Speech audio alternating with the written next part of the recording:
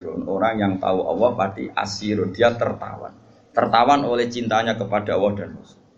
Itu contoh fisik ya, sampean gak minggat. Coba alasan sampean gak minggat itu apa? Karena tertawan oleh cinta kamu kepada anak-anak. Itu kan gak dipenjara secara fisik, tapi kamu dipenjara secara emosional, secara mahabbah. Coba, kayak Ruhin kan kudunya wis minggat, tapi sayang anak. Akhirnya ra minggat. Kok ada anakku, mesti begitu. Coba yang menjara kalian semua itu apa coba? Cinta kita pada keluarga. Nah, bayangkan kalau itu terjadi pada Jalalullah wa azamatuh, pada Asmaul Husna, karena kita terikat oleh sifat-sifat Allah dan kita tahu Allah itu as-somad, zat yang harus kita tuju. Kemana-mana kita bawa Allah. Jika jadi pedagang ya kayak orang India yang di Aceh tetap menyebarkan Islam, kayak orang Madura yang di Bali tetap menyebarkan Islam, kayak penjahat yang dibuang Harun ar-Rasyid di fak-fak ya tetap menyebarkan. Lalu kalau niku rada engkar yen ana wong saleh terus dadi juri MTQ atau dadi pegawai Kemenak pembina haji terus bangga kula niku naif cara. Syukur oleh lah syukur, tapi ora usah bangga. Piye-piye posisine ku mendapat ketika orang lain memberi. Lho akeh Kang, santri pedotan urip ning desa sing abangan. Di tanah sithik diwakafno nggo madrasah. Di penghasilan sapine anak didol nggo gaji guru. Padahal mondoke ra khatam Quran. Tapi dia ngurip-ngurip agama. Tapi nak kowe khatam lanya juara. Dikai umroh, dikai duit. Lho cara Allah ya keren sing ngekeki timbang sing di. Tapi kowe aja terus gedeng sing juara, kowe hasud kriminal. Tapi nak sing juara kok kumo luhur, merasa Qur'annya terbaik, tak lorot ya. Banyak orang yang memberi untuk Quran bukan mendapat. Akeh wong adol Tegal demi haji, kowe haji kajekno negara tak biangga, kaya orang pilihan mergo dikajekno negara. Orang lain kaji adol Tegal tukaran mbek anak bojone. Sing anake Pak kok Tegal lah kok dol terus piye? Sing tak waris sapa mbok kaji? Wes ra waris-warisan. Pak Rumat mulai cilik kok tuwek aja arep-arep warisan. Pokoke tak dol nggo kaji. Lho kula nate lho nyelesekno sengketa ngoten lho. Tangga kula iku di Tegal sitok. Pamit kula ape didol nggo kaji. Anake sowan kula. Kak, iku nak didol anak-anak ra diwarisan. Bantah-bantahan teng arep kula. Cuma wong aku ra melu di dunya ngeten, Pak. Kula dadi juri bantah-bantahane jenengan mbek anak, tapi kula ora usah melo-melo. Terakhir kalimatnya aku jek eling. Pokoknya tak dol, anak tak rupat mulai cilik tekan tua jajuk warisan. Pokoknya tak dol kok kaji, didol akhirnya kaji. Orang kaji seperti ini kan hebat, endawo hebat. Dia yunfik memberi untuk Islam, dia memberi untuk haji. Sementara ada orang merasa bangga karena dikajikan negara. Di itu mendapat. Di mana-mana al yadul ulya khairun minal yadis sufla. Di mana memberi itu jauh lebih baik ketimbang menerima. Tapi soal bangga ya bangga, gue ya sing bangga syukur diri aneh. Alhamdulillah untuk kaji gratis, terus profesional. Memang negara butuh. Saya pun pernah ditawarin kaji gratis oleh negara. Saya pun suatu saat ya mau. Tapi kalau saya mau memang haji itu butuh mufti, butuh pemandu, butuh tahu sah tidak. Kalau berangkatnya karena itu kan dia tidak terlintas bangga dikajikan negara, bahkan dia membawa mas'uliyah, membawa tanggung jawab. Kalau itu fil jannah. Atau kamu jadi juri MTQ gak apa-apa, tapi niatnya menstandarkan makhraj, menstandarkan tahfidz, menstandarkan cara baca Quran, niatnya ngono. Nah sing niatnya ngono kan gak kober umuk mbek tanggane. Gak kober bangga, gak kober pokrol. Wong dekne merasa mas'uliyah banyak tanggung. Nah, tapi problemnya rata-rata kelakuannya ora ngono iku. Seakan-akan keren karena dipilih negara. Itu baru kita harus keras, nggak bisa. Mulane kalau setuju model Mbak Arwani ngaramno MTQ. Sebenarnya bukan karena haramnya MTQ itu enggak. Orang tahu semua lah di dunia khufat kalau Mbak Arwani mengharamkan santrinya musabakoh. Sebetulnya secara filosofi hukum itu bukan musabakohnya. Saya tahu betul tentang fikih. Saya yakin musabakoh itu halal. Saya tahu betul posisi fikihnya. Saya ulang lagi posisi fikihnya. Tapi mungkin Mbak Arwani yang diinginkan adalah wong hafid itu aja mental entuk, tapi mentalnya itu yang penting. Kalau sekedar musabakohnya sepele loh. Ora sepele piye wong negara iso ana anggarane karek ngekeno. Terus prosedure ngene ya wis. Tapi tetap baik loh yang musabakoh soalnya tetap. Yang jurinya tetap baik. Tapi Mbok Yao mentalnya seperti yang saya jelaskan. Saya ulangi mentalnya Mbok Yao yang seperti saya jelaskan.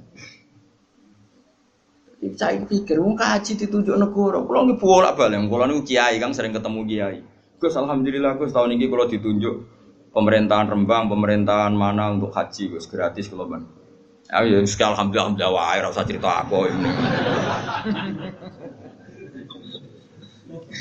Ya biasa wae. Saya takut, jenengan kowe tak ora seneng. Ya ora seneng ngono kiai, ngomong liya kaji wadul Tegal seru. Tukaran sih adol Tegal. Oh seru. Wah iku jos tenan. Ora kaji iso nangis, yo nangis dosane nangis Tegale ya. Kaji ngono kan seru, kok yo nangis dosane yo nangis Tegale. Yo kadang itu peman ya kan. Jadi donya ilang kan kadang yo. Dadi nangise loro, nangisi Tegale, mbek nangisi donyane. Mulane terus donga ya Allah gantilah itu. Ternyata ada ikhlas-ikhlas banget. Kok nek multajam ya njaluk ganti. Tapi ini pelajaran bagi kita. Sementing nih, buatan nyanyian kulo suatu saat dia mau, yakin suatu saat mau, tidak masalah. Hingga detik ini saya berkali-kali dan ditawani jadi pemandu haji. Tapi hingga detik ini saya tidak mau. Tapi kapan-kapan ya mau, karena saya ada anti negara. Karena saya juga tidak ekstremis. Tapi kita harus didik umat, boyo dilatih. Napa? Misalnya kita di mubalek, boyo mikir, disangoni 2 juta, 1 juta. Padahal uang 2 juta ini panitia masjid door to door, ono rondo tuwek meh mati, ono pengajian urun 10.000, ono wong sing kepen blonjo sesuk 20.000 gara-gara ono panitia masjid disumbangno 20.000. Ini kan uang heroik semua, uang dramatis. Lha sing awam ae iso urun demi pengajian, kowe entak entuk kok ora ngrasa dosa. Enggak apa-apa tetep entuk, piye-piye kowe mubalek wong alim enggak apa-apa, mendapat penghormatan enggak apa-apa. Tapi sadarlah itu, bahwa itu dari umat yang kadang lebih miskin ketimbang Anda. Sehingga ketika pidato, oke enggak apa-apa, uang itu diterima halal. Sehingga ketika pidato itu punya target benar-benar lihidayatin nas untuk menunjukkan manusia. Umat sudah memberi saya, maka saya beri mereka surga dengan cara tak tunjukkan jalan yang benar. Orang kok pidatone mau guyon tok, enggak ada target, sementing lucu menarik. Ini apa-apaan? Memangnya rano hisab. Memangnya pangeran wedi mubalek. Sembrono. Ini penting, ini urusan ilmu, Kang, urusan etika di depan Allah Subhanahu. Lho saya sampai sekarang tuh buatan sombong, bojo kula takoki lek lekon bojo kula biasa gak ana kopi santri, nak rebunan nggih gawe diambak. Sampai sekarang. Ya karena tak kandhani, Dik, banyak orang itu yang memberi agama, nggo gula kopi ning kiai. Kita wis dicucuk, kadang salami template. Makanya saya belajar terus untuk memberi mereka yang terbaik. Bojoku urun fisik gak enak kopi macam. Ya biasa sampai sekarang ya biasa Hasan itu tugas gula tugas ya biasa. Anak kula ya biasa tuku. Karena tadi kita ini jangan biasa hanya mendapat sesuai opok kupengem, hatimu kacau. Nah biasa mendapat sesuai hati ini elek terus kepinginnya menuntut malah panjang. Makanya masyhur Rasulullah sampean delok teng adabul akhlaqun nubuwah wa adabul ma'isyah. Itu sering saya baca sama anak-anak santri yang ngaji sorogan sama saya. Akhlaqun nubuwah wa adabul ma'isyah. Itu di situ dijelaskan oleh Imam Ghazali dan disahkan ya, artinya hadis riwayat itu disahkan oleh sarahnya Said Zabidi. Itu Nabi suatu saat masakan kambing. Ya orang Arab kalau mayoran kan kambing. Ora pitik kan. Pitik ora wareg kan, pitik sitok wong Arab papat ya. Terus ada sahabat 4 atau berapa gitu. Kata satu sahabat, Ali yadzabhuha wasalhuha. Saya yang menyembelih dan kemudian nanti sak bedetine. Terus ada sahabat satu, ini cerita di padang pasir. Wa alayya tabkhuha, kata sahabat satu, saya yang tanggung jawab nanti proses masaknya.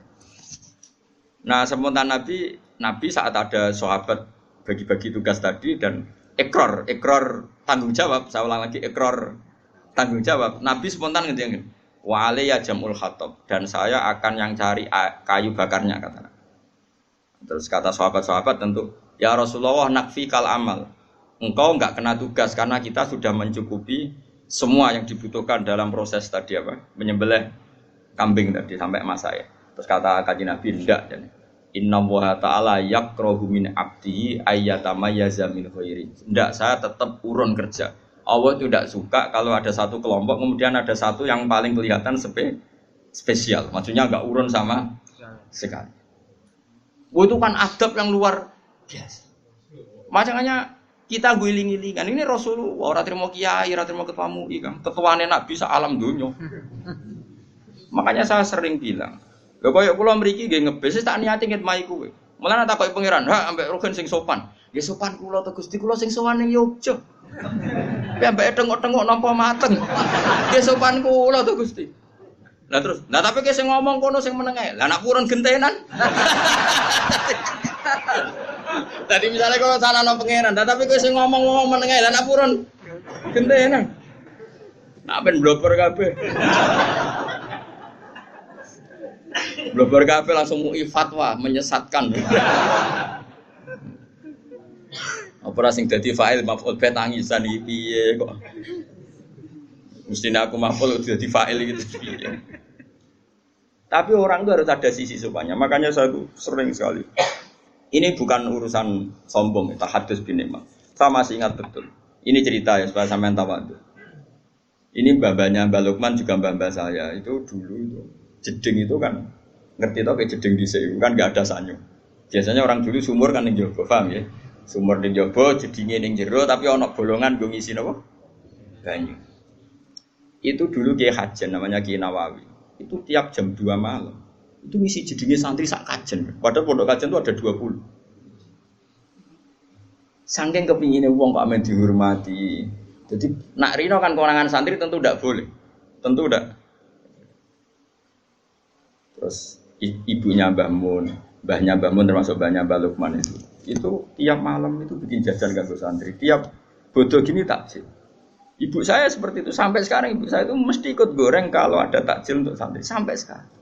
Terus ditiru istri saya. Mergo pikirannya angger diwangi santri ya tetep ngewangi apa aja mesti karena tadi ben tahu ngitmai santri katanya apa? Ngitmai. Kalau dalam bahasa pondok tuh ngitmai santri.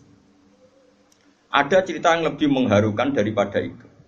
Mungkin saya baru buka sekarang. Yang cerita itu Gus Solah anaknya Gus Wahid, terannya Gus Wahid. Mbah Hasyim sampai barokah begitu di antara sebabnya itu begini. Dulu itu kan beliau itu ya umumnya orang ya pernah santri, gurunya banyak. Karena orang ya pasti pernah bodoh. Cuma Mbah Hasyim bisa ngakhiri bodoh ini. Jadi ya saya kira akeh yang bodohin tapi iso ngakhiri bodoh ini. Mulane ana kancaku ini. Kancaku melarat dadi kiai dikandani Mbah Mun. Cung melarat gak apa-apa dhisik yo melarat. Santrine kurang ajar. Jenengan saged ngakhiri, Mbah. Tadi cerita podo melarati podo, tapi jenengan kan saged. Lah kula iki saged kok. Santri ora kacer.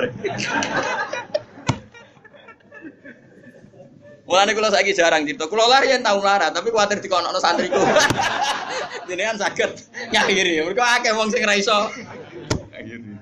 Berarti cocok lah ya. Ambek melarat terus akrab lah nganti. Singkat cerita karena Mbah Hasyim itu ya umumnya orang pernah ngaji ya. Singkat cerita terus Mbah Hasyim ngaji sama beberapa guru. Cara saya ya guru ibtidak, guru sanawi lah. Sanawi riyen maksudnya bukan sanawi kurikulum ya sanawi. Mari istilahnya bodoh gitu. Negara gawe istilah nang numpang sanawiyah aliyah. Padahal dhisik sedurunge ana negara gawe istilah ning mak pondok iku misale nak alfiyah awal sanawi, nak alfiyah tinggi iku aliyah. Padahal aliyah dhisik tamat aliyah iso maca Fathul Muin. Aliyah kurikulum. Solatan. Tapi istilahnya bodoh. Nggih betul. Tamat aliyah sarang iso maca muin ya.